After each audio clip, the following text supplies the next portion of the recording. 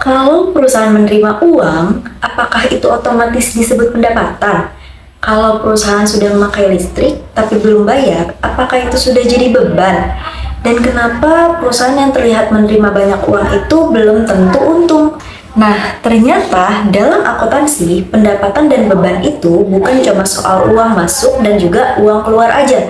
Ada aturan, konsep, dan bahkan standar PSAK yang juga mengatur kapan pendapatan itu boleh diakui, kapan beban itu dicatat, dan berapa sih nilainya gitu. Kalau salah mencatat sedikit aja, laporan keuangan itu bisa menyesatkan. Nah, hari ini kita bakal membahas apa sih sebenarnya pendapatan dan beban itu, bagaimana pengakuannya, dan bagaimana pengukurannya menurut PSAK. Nah, di video kali ini kita akan membahas salah satu materi penting dalam akuntansi, yaitu pendapatan dan juga beban. Materi ini tuh penting banget karena pendapatan dan beban itu adalah dasar untuk menentukan apakah perusahaan itu untung atau justru rugi gitu. Dan menariknya, tidak semua uang yang masuk itu disebut sebagai pendapatan dan tidak semua uang yang keluar itu langsung disebut sebagai beban. Nah, biar kita nggak bingung, kita bahas satu persatu ya. Menurut PSAK 23, pendapatan itu adalah arus masuk bruto manfaat ekonomi yang timbul dari aktivitas normal perusahaan dan menyebabkan kenaikan ekuitas. Kalau dibahasakan lebih sederhana, pendapatan itu adalah manfaat ekonomi yang diperoleh perusahaan dari kegiatan utamanya. Contohnya nih, kayak misalkan toko memperoleh pendapatan dari penjualan barang, terus salon memperoleh pendapatan dari jasa, kemudian perusahaan transportasi memperoleh pendapatan dari jasa angkutan. Nah, kata pentingnya di sini adalah aktivitas normal perusahaan. Karena itu, tidak semua pemasukan disebut sebagai pendapatan operasional. Misalnya, toko baju itu menjual kendaraan operasional lama dan untungnya itu 10 juta rupiah. Nah, keuntungannya itu memang menambah laba perusahaan, tapi bukan pendapatan utama dari perusahaan tersebut gitu. Nah, dalam akuntansi itu disebut sebagai gain atau keuntungan. Jadi, pendapatan itu berasal dari kegiatan utama perusahaan, sedangkan gain itu berasal dari transaksi insidental atau sampingan, dan itu biasanya disebut sebagai pendapatan lain-lain gitu. Nah, kemudian kalau pendapatan itu adalah manfaat ekonomi yang masuk, maka beban itu adalah pengorbanan ekonomi yang keluar. Menurut standar akuntansi keuangan, beban itu adalah penurunan manfaat ekonomi yang menyebabkan penurunan ekuitas. Sederhananya, beban itu adalah segala biaya yang digunakan perusahaan untuk memperoleh pendapatan. Contohnya kayak beban listrik, kemudian gaji, kemudian internet, sewa, hingga penyusutan aset. Nah, banyak orang mengira beban itu tuh muncul saat uangnya itu dibayar, padahal belum tentu gitu. Contohnya misal, perusahaan itu membayar sewa gedung 1 tahun di awal. Nah, apakah langsung jadi beban seluruhnya? Jawabannya tidak ya teman-teman, karena manfaat gedungnya itu belum dipakai secara keseluruhan, maka awalnya itu dicatat sebagai biaya dibayar di muka. Lalu di setiap bulannya barulah diakui sebagai beban gitu. Sebagian berubah menjadi beban. Artinya dalam akuntansi yang dilihat itu bukan kapan uangnya itu dibayar, tapi kapan manfaat ekonominya itu digunakan gitu.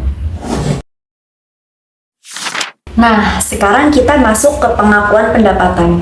Menurut KDP 2LK, pendapatan itu diakui ketika besar kemungkinan manfaat ekonomi akan mengalir ke perusahaan dan nilainya dapat diukur secara andal. Kalau dibahasakan lebih gampang, perusahaan yakin akan menerima manfaat ekonominya dan jumlahnya bisa dihitung dengan jelas. Contoh paling gampangnya ini penjualan barang. Ketika barang itu sudah diserahkan ke pelanggan, pendapatan sudah boleh diakui walaupun uangnya itu belum dibayar. Kenapa? Karena akuntansi menggunakan basis akrual, yaitu transaksi dicatat saat terjadi, bukan saat kas itu diterima. Makanya penjualan kredit tetap itu bisa menjadi pendapatan gitu. Nah, kemudian ada pengakuan beban. Hal yang sama juga berlaku pada beban. Beban ini diakui saat manfaat ekonominya sudah digunakan. Contohnya, perusahaan sudah memakai listrik bulan Mei nih, tapi tagihannya itu baru dibayar di bulan Juni. Apakah beban listriknya menunggu Juni? Itu tidak ya, karena manfaat listriknya itu sudah dipakai di bulan Mei. maka perusahaan tetap mencatat beban listrik dan juga utang listriknya. Nah, ini disebut sebagai basis akrual dan matching principle. Matching principle itu apa artinya sih? Yaitu beban dicatat pada periode yang sama dengan pendapatan yang dihasilkan. Tujuannya supaya laporan laba rugi menunjukkan kondisi perusahaan yang sebenarnya. Nah, kemudian next kita bahas terkait dengan pengukuran pendapatan. Setelah menentukan kapan transaksi diakui, muncul pertanyaan baru nih. Berapa sih nilai yang harus dicatat? Nah, ini disebut sebagai pengukuran. Menurut PSAK 23, pendapatan itu diukur sebesar nilai wajar imbalan yang diterima atau dapat diterima. Lalu, PSAK 72 memperjelas bahwa pendapatan itu diukur berdasarkan harga transaksi dari kontrak dengan pelanggan. Artinya, pendapatan itu dicatat sebesar jumlah yang memang menjadi hak perusahaan sesuai kontrak. Contohnya, harga barang 10 juta, tetapi ada diskon sebesar 1 juta. Maka pendapatan yang dicatat itu bukan 10 juta, melainkan 9 juta. Karena itulah nilai yang benar-benar menjadi hak dari perusahaan tersebut gitu. Nah, sekarang kita masuk ke contoh yang lebih menarik nih. Seperti PT Losari menjual perangkat keras dengan sistem cicilan. Nah, pembelinya membayar Rp500.000 per bulan selama 12 bulan. Kalau dihitung totalnya berarti perusahaan menerima Rp6 juta kan. Nah, tapi dalam akuntansi pendapatan penjualannya itu tidak langsung dianggap 6 juta. Kenapa? Karena uangnya diterima itu bertahap di masa depan. Dan dalam konsep time value of money, nilai uang hari ini tuh lebih berharga dibanding dengan masa depan. Karena itu digunakan present value atau nilai sekarang. Hasil perhitungannya menunjukkan nilai sekarangnya itu sekitar Rp5,45 juta. Nah, Rp5,45 juta ini dicatat sebagai pendapatan penjualan, sedangkan sisanya itu dianggap sebagai pendapatan bunga karena perusahaan memberikan fasilitas pembayaran kredit kepada pelanggan. Nah, kalau pengukuran beban itu biasanya menggunakan biaya historis, current price, dan juga nilai pengorbanan ekonomi. Contohnya, kayak perusahaan membeli mesin Rp120 juta dengan umur manfaatnya itu 5 tahun. Nih, karena mesin itu digunakan lebih dari satu periode, maka bebannya tidak langsung diakui secara langsung gitu, secara sekaligus, tetapi dialokasikan sedikit demi sedikit melalui penyusutan. Nah, dengan metode garis lurus, beban penyusutan per tahun itu menjadi Rp20 juta. Nah, ini menunjukkan bahwa beban mencerminkan sumber daya yang digunakan perusahaan dalam operasionalnya gitu. Jenis-jenis transaksi terkait pengakuan dan pengukuran pendapatan dan beban. Nah, yang pertama itu ada jenis transaksi pendapatan. Dan jenis transaksi pendapatan itu dibagi lagi menjadi 3. Yang pertama ada pendapatan pada saat penjualan. Jadi pendapatan ini tuh diakui saat semua risiko dan manfaat kepemilikan barang telah berpindah kepada pembeli. Jadi penjual itu tidak memiliki kendali lagi atas barang yang dijual. Nah, di sini tuh ada jenis transaksinya. Yang pertama penjualan tagih dan tahan atau bill and holds. Jadi ini tuh adalah pengiriman yang ditunda atas permintaan pembeli, tetapi si pembeli ini tuh memperoleh hak milik atas barang dan menerima tagihan. Nah, yang kedua ada penjualan barang dengan instalasi. Maksudnya itu adalah penjualan barang yang masih memerlukan pemasangan sebelum dapat digunakan oleh si pembeli. Yang ketiga ada penjualan dengan pembayaran di muka. Nah, penjualan dibayar di muka ini tuh adalah transaksi ketika pelanggan membayar terlebih dahulu sebelum barang dikirim atau jasa diberikan. Nah, karena barang atau jasa belum diberikan, uang yang diterima ini tuh belum diakui sebagai pendapatan, tetapi dicatat sebagai liabilitas. Yang keempat ada penjualan dengan perjanjian membeli kembali atau buyback. Nah, maksudnya perusahaan itu menjual barang, tapi ada perjanjian bahwa barang itu nanti bisa atau harus dibeli kembali oleh penjual dalam waktu tertentu. Nah, jadi kepemilikan barang ini sebenarnya belum sepenuhnya berpindah. Nah, yang kelima ada penjualan dengan retur. Nah, pasti kalian udah tahu kan, penjualan dengan retur itu penjualan yang memungkinkan pembeli ini tuh mengembalikan barang yang telah dibeli. Yang keenam ini ada penjualan barang konsinyasi.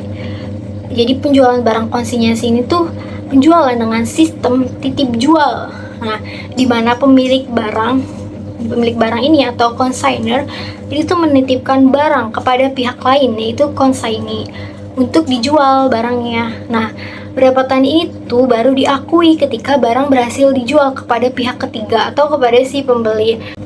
Yang kedua, jenis transaksi pendapatan itu ada pendapatan pemberian jasa. Nah, pendapatan jasa ini tuh diakui saat jasa diberikan atau sesuai progres penyelesaian pekerjaan atau yang disebut dengan stage of completion.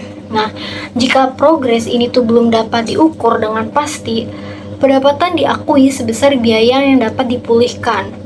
Nah, pengukuran pendapatan jasa ini tuh berfokus pada seberapa besar jasa yang sudah diberikan atau diselesaikan, bukan hanya saat uang diterima. Yang ketiga, ada pendapatan bunga, royalti, dividen. Nah, pendapatan bunga ini tuh diakui sesuai periode waktu kepemilikan aset. Untuk pendapatan royalti diakui selama hak cipta atau patennya digunakan. Yang pendapatan dividen ini tuh diakui saat perusahaan memperoleh hak menerima dividen. Nah, selanjutnya ada jenis-jenis transaksi beban. Yang pertama, ada beban berdasarkan waktu pengakuan atau accrual basis. Nah, itu dibagi lagi. Yang pertama ada beban accrual atau accrued expense. Jadi ini tuh beban yang sudah terjadi dan diakui, namun belum dibayar hingga akhir periode. Nah, yang kedua ada beban dibayar di muka atau prepaid expense. Nah, ini tuh adalah kas dikeluarkan lebih dulu untuk manfaat di masa depan. Nah, bebannya diakui secara sistematis selama masa manfaatnya atau amortisasi. Yang kedua, ada beban berdasarkan hubungan pendapatan. Nah, yang pertama ada harga pokok penjualan atau HPP. Jadi itu bebannya yang diakui langsung bersamaan dengan pengakuan pendapatan dari penjualan barang. Yang selanjutnya ada beban operasional. Ini tuh beban yang timbul dari aktivitas rutin untuk menghasilkan pendapatan. Nah, diakui saat jasa diterima atau manfaat habis. Yang ketiga, ada beban non-tunai atau non-cash expense. Jadi tuh di beban non-tunai ada beban penyusutan, depresiasi maupun amortisasi. Ini tuh pengukuran beban atas penggunaan aset tetap, misalnya kayak gedung, mesin, selama masa ekonomisnya diukur berdasarkan harga perolehan historis. Terus ada beban piutang tak tertagih. Ini tuh estimasi kerugian atas piutang usaha yang kemungkinan tidak bisa ditagih. Yang terakhir, yang keempat ini ada beban non-operasional. Ini tuh beban di luar aktivitas utama. Contohnya kayak kerugian penjualan aset, beban bunga, kerugian selisih kurs. Selanjutnya ada pendapatan pada saat penjualan. Jadi, pendapatan penjualan ini tuh adalah arus masuk manfaat ekonomi berupa kas atau piutang yang timbul karena perusahaan menyerahkan barang atau jasa kepada pelanggan. Nah, dalam basis accrual, pendapatan ini tuh diakui pada saat penjualan atau penyerahan barang. Jadi bukan hanya pada saat kas diterima.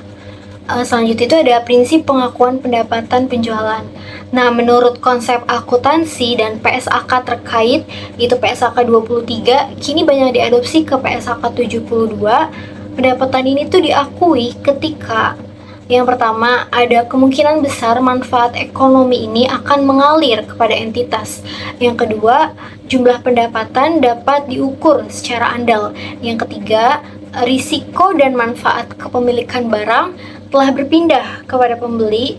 Dan yang terakhir, ada beban yang terkait dapat diukur sehingga laba dapat dihitung. Terus ada pengukuran pendapatan pada saat penjualan ini, yaitu pengukurannya diukur sebesar nilai yang diterima atau yang akan diterima, receivable.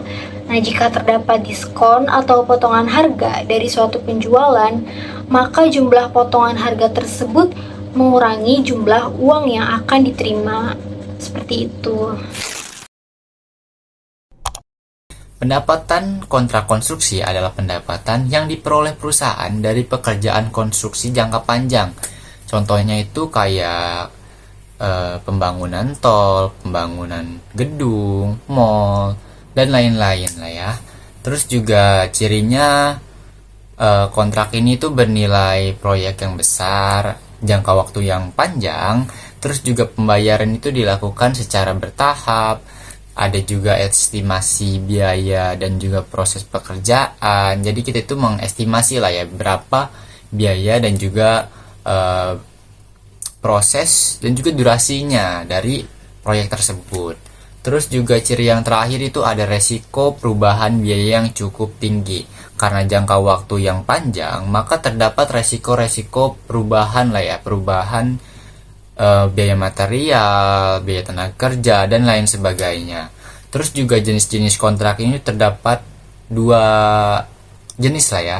Yang pertama itu ada fixed price kontrak atau kontrak dengan nilai tetap yang telah disepakati. Contohnya kontrak membangun gedung ini adalah 10M. Nah, jadi udah 10M kecuali ada adendum atau informasi tambahan gitu. Terus yang kedua itu ada jenis kontrak cost plus kontrak atau kontrak berdasarkan biaya aktual ditambah dengan keuntungan tertentu. Semisalkan biaya pembuatan gedung ini 5M, terus ditambah dengan keuntungannya 1M. Jadi total yang harus dibayarkan pelanggan adalah 6M.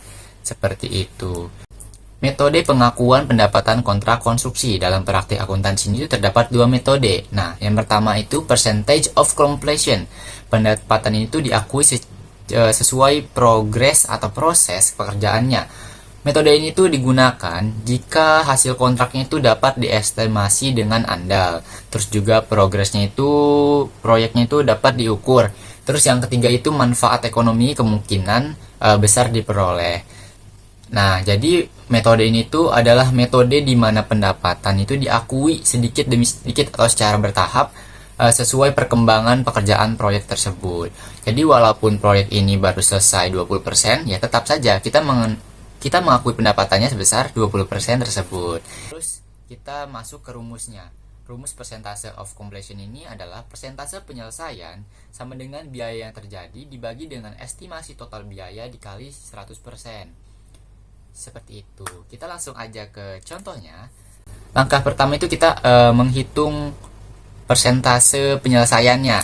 Jadi tinggal masukin aja ke rumusnya, persentase penyelesaian sama dengan 150 miliar dari biaya yang telah terjadi dibagi dengan estimasi total biaya yaitu senilai 300 miliar dikali dengan 100%. Hasilnya itu 50%. Oke, 50% itu apa? Nah, 50% itu adalah persentase penyelesaian proyek dari perusahaan tersebut. Seperti itu. Jadi langkah kedua, sekarang kita masuk langkah kedua itu menghitung pendapatan yang diakuinya. Gampang saja, pendapatan diakui sama dengan 50% dikali dengan nilai kontrak. Tadi kan 500 miliar, jadi 50% dikali dengan 500 miliar sama dengan 250 miliar. Jadi pendapatan yang diakui dari awal Januari 2025 sampai dengan akhir tahun adalah 250 miliar. Terus langkah ketiga itu menghitung labanya. Sama saja sih rumusnya dengan menghitung laba-laba pada umumnya. Jadi laba sama dengan pendapatan dikurangi dengan beban. 250 miliar dikurangi dengan 150 miliar sama dengan 100 miliar. Jadi laba pada tahun tersebut adalah ya 100 miliar. Kita ke jurnal akuntansinya. Nah, saat mencatat biaya dari konstruksi ini, kita mencatatnya seperti ini. Konstruksi dalam proses pada kas atau utang sebesar 150 miliar yang biaya yang telah terjadi kan pada saat itu. Terus pada saat mengakui pendapatan nih di akhir tahun nih kalau kita nyatatnya. Jadi piutang kontrak pada pendapatan konstruksi senilai berapa? Ya, 250 miliar. Terus juga saat mengakui beban itu jurnalnya seperti ini, beban konstruksi pada konstruksi dalam proses.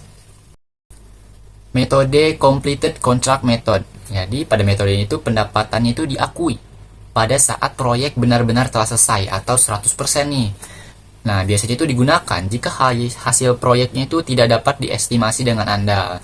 Jadi selama proyek itu belum selesai, belum ada pendapatan yang diakui dan juga biaya dicatat sebagai aset proyek. Saat proyek selesai baru tuh pendapatan laba diakui sekaligus begitu.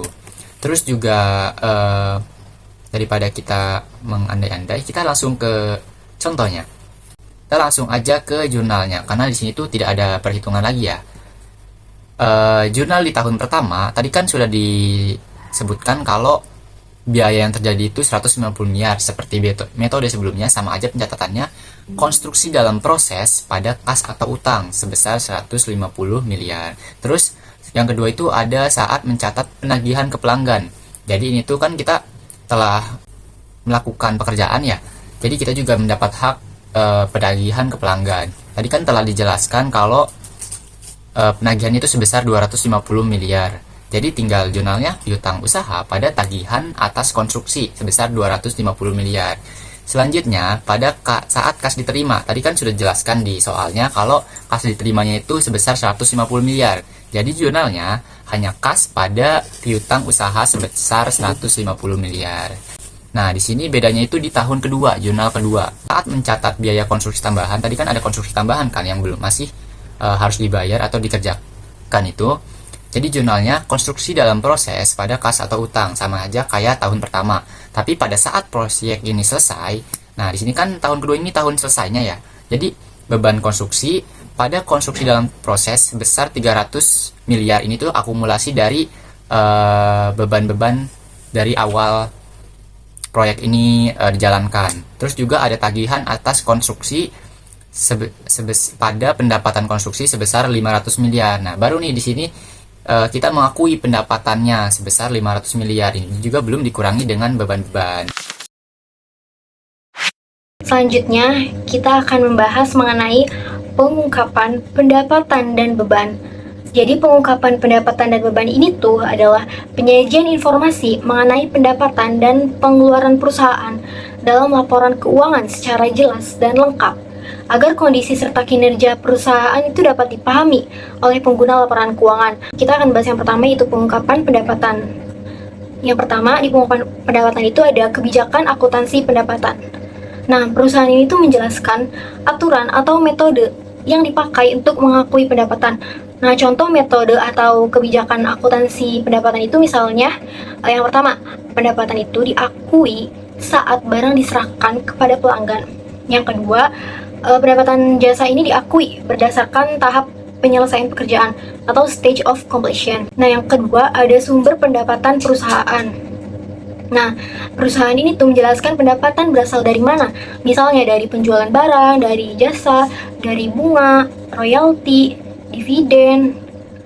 Selanjutnya ada pendapatan dari pertukaran barang atau jasa. Nah, ini tuh menjelaskan pendapatan yang diperoleh dari transaksi tukar-menukar barang atau jasa. Yang keempat, pendapatan kontrak. Ini tuh kayak menjelaskan jumlah pendapatan dari proyek atau kontrak yang sudah diakui selama periode tertentu.